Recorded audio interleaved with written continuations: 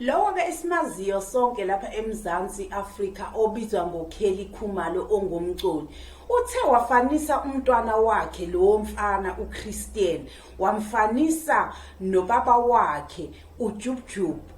lo okuyena ozala umntwana lo oqala ukuthi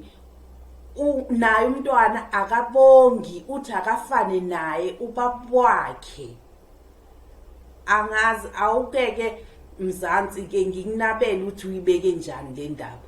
ake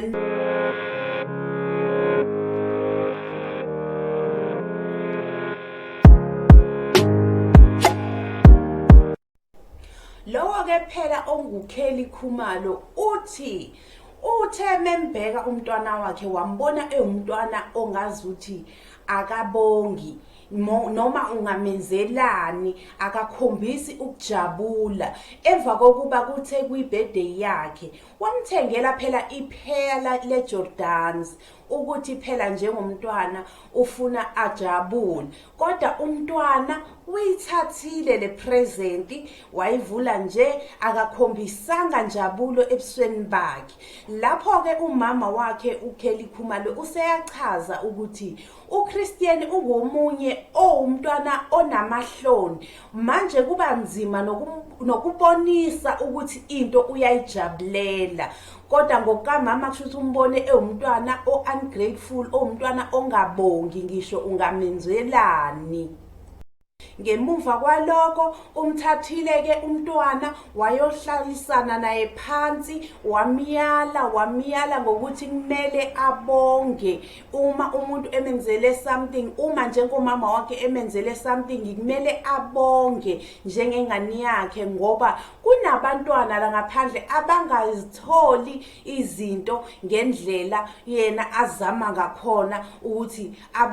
amnike into ayifunayo. Ongakuba uhambe waze wafinyelela ukuthi wakhuluma ngaye umama kaJubjub ukuthi uma kaJubjub shuthi ube nesandla empilweni yaJubjub njeba ngendlela angakhona ngendlela anganandaba nayo nomntwana wakhe ngendlela angayitshengisi ikhe kumntwana wakhe usola umama wakhe ukuthi indlela athe wamkhulisa ngayo. So ukhuluma nomntwana ukuthi akafunde ukubonga mengabe emenzela something akhombise ukujabula ukuthi utholile lonto ayitholile as a present njenge present kade nje bade kwibirthday yakhe so kumele ajabule ngoba umama ukhona uyamenzela lokho akufunayo. Waphinda ke emiyala phela kumama uKhumalo ukuthi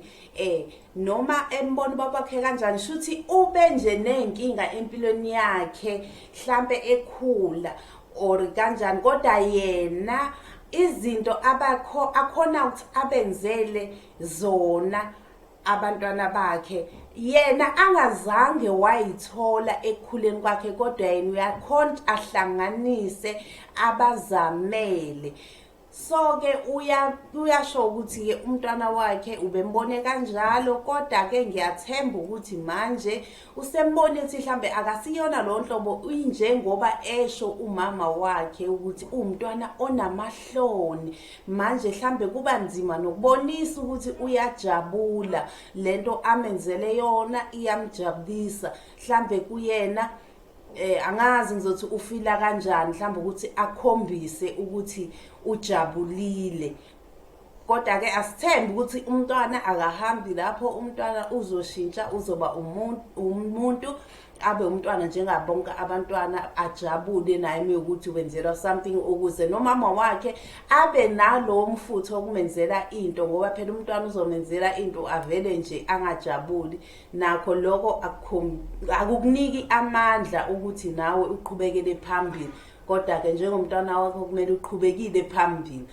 Ayike bahlali ngiyabonga ngicela ke niqhubeke vele ni subscribe nenze konke ngendlela ni like ni share nenze konke ngiyazibongela ni comment ngiphendule lapha kumele ngiphendule khona ngiyanithanda njengethupha ziya ugwayini.